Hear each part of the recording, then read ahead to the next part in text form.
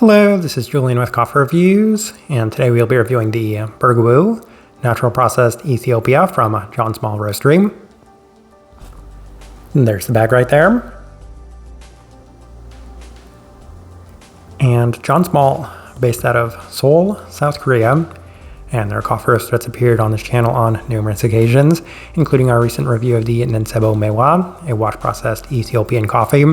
And despite the fact that they have featured on this channel 3 times before, we're yet to review any of their natural processed coffees. So when I found out that Airworks was going to be bringing them back, it felt like an ideal opportunity to grab at least one of their non-washed offerings. So it'll be interesting to see how it turned out, as this right here is day 41.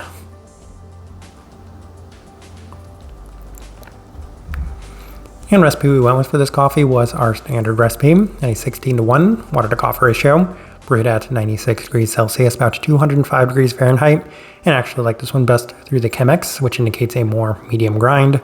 Roast profile for this coffee, once again, John Small isn't necessarily the lightest roasting coffee roaster out there, though once again, relative to Korean coffee roasters, they do still seem to skew on the slightly lighter side of things. Even then, this one with the processing of it, you can certainly tell that it has a little bit more development to it, so I'm still going to align it with being on the more developed side of that light medium by most standards and metrics. With all that out of the way, let's go ahead and start discussing this coffee. Day 14, first impression, as we opted for the V60, and the coffee did have some nice clarity to it for a natural processed coffee, as it's expectedly red fruit forward. I think the description that they have on this coffee is generally red fruit forward, but there's enough definition with a strong palm fruit brightness and an interesting tea-like aspect to just give it a little bit more depth than being blatantly red fruit forward.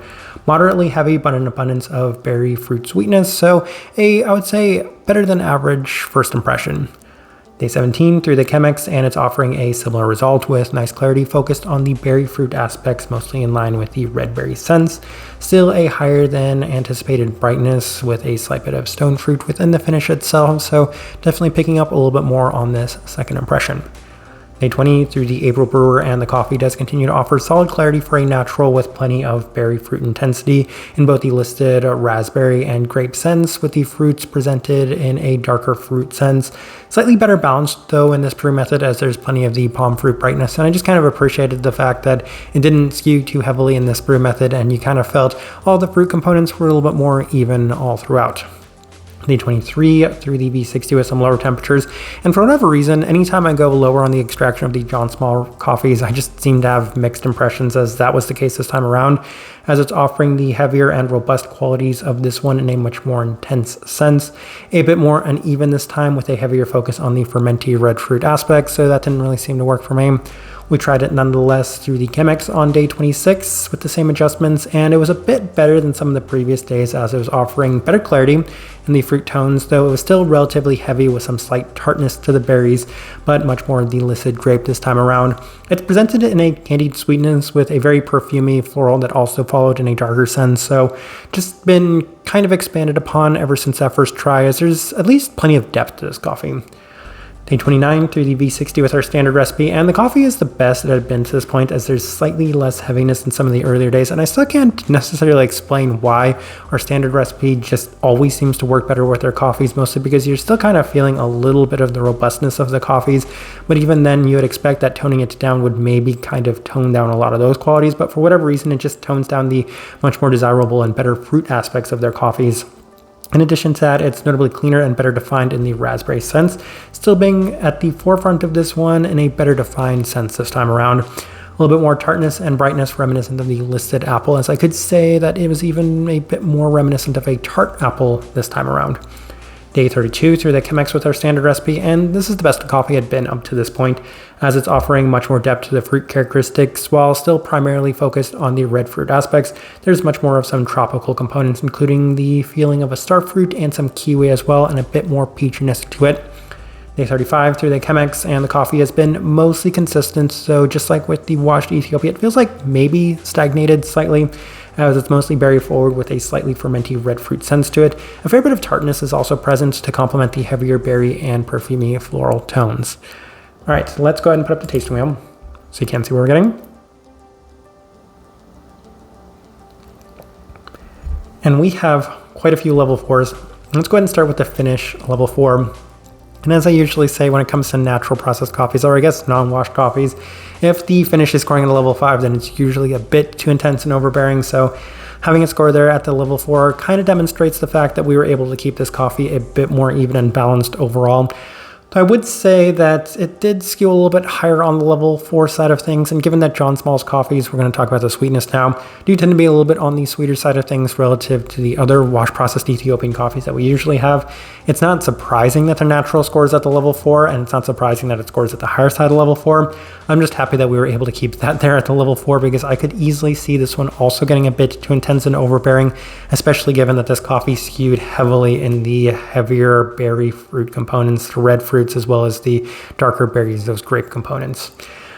Acidity, level 4, and that's once again been a bit of an anomaly with the coffees that we have had from John Small, as this one is also surprisingly brighter than I might have expected, and I think that might be a component of this coffee offering a lot of tartness to it in general. So yeah, acidity, level 4, kind of interesting in that regard. Berry fruit, level 4, that doesn't come as a surprise whatsoever, as the red berry tones in this one were always going to be the most dominant aspect throughout, regardless of what sort of adjustments you made, and they certainly were. And I think that they had a grape note listed on there, so that's just kind of adding to the overall berry qualities of this coffee, which definitely were much more on the darker, more fermenty side of things in general. A handful of level 4s. We'll start with the florality, level 4. And even though this one did have that kind of darker, perfumey floral, I would say that it was dominated a bit more by the heavier red fruit tones to this coffee. So I decided to leave that there at that level 3 mark.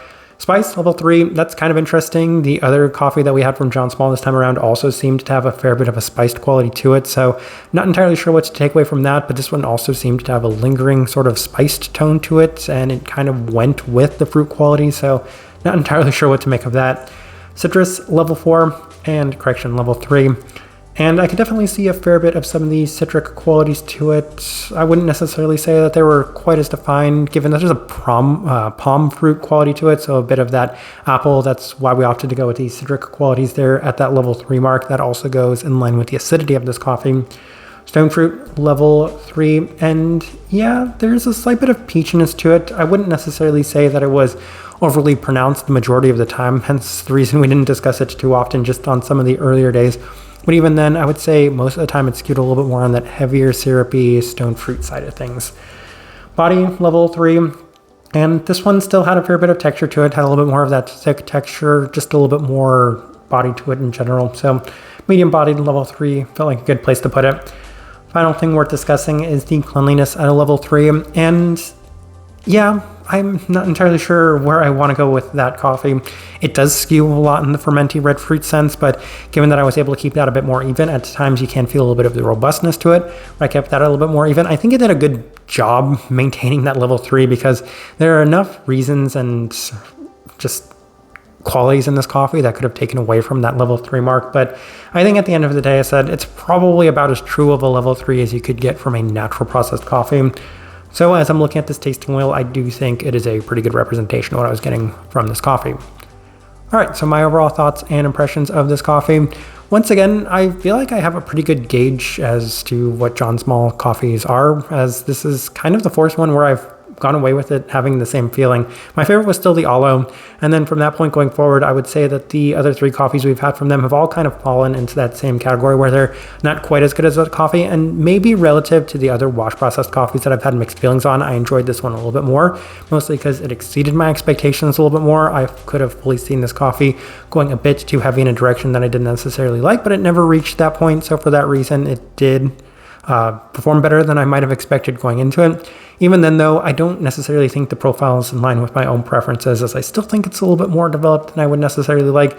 And given that the entire flavor profile of this coffee skewed very much away from the direction that I typically like, I guess it's not surprising that this one hasn't necessarily been my favorite. And all of this is to say, maybe if I had some John Small coffees that were much more in line with my own preferences as the aloe was, the other ones we've had from them aren't necessarily in line with my own preferences. I mean, a red berry forward coffee, a citric forward coffee, not really surprising that they weren't my favorite. Type of person I would suggest this coffee to. If you do like a little bit more of that, we'll say traditional vintage feel, and I referenced vintage at one point in this coffee mostly because it does kind of have that, I want to say, American coffee in the late 2010s sort of vibe and feel to it. in addition to that, it has a little bit more of that development and a little bit more of that body, then this one's a pretty nice fit for you. It doesn't reach the overbearing mark in the fruit qualities, while at the same time I'm still offering plenty of sweetness and definition to those fruit qualities. So that's kind of the best direction I can point somebody towards on this one, and also the best way I can leave this review. If you by chance had an opportunity to try this coffee, I'd love to know your thoughts and impressions of it as well. If you're enjoying the content, give this video a like, subscribe if not already subscribed. This right here has been a review of the Berg Natural Processed Ethiopia from John Small Roastery. Thank you for watching.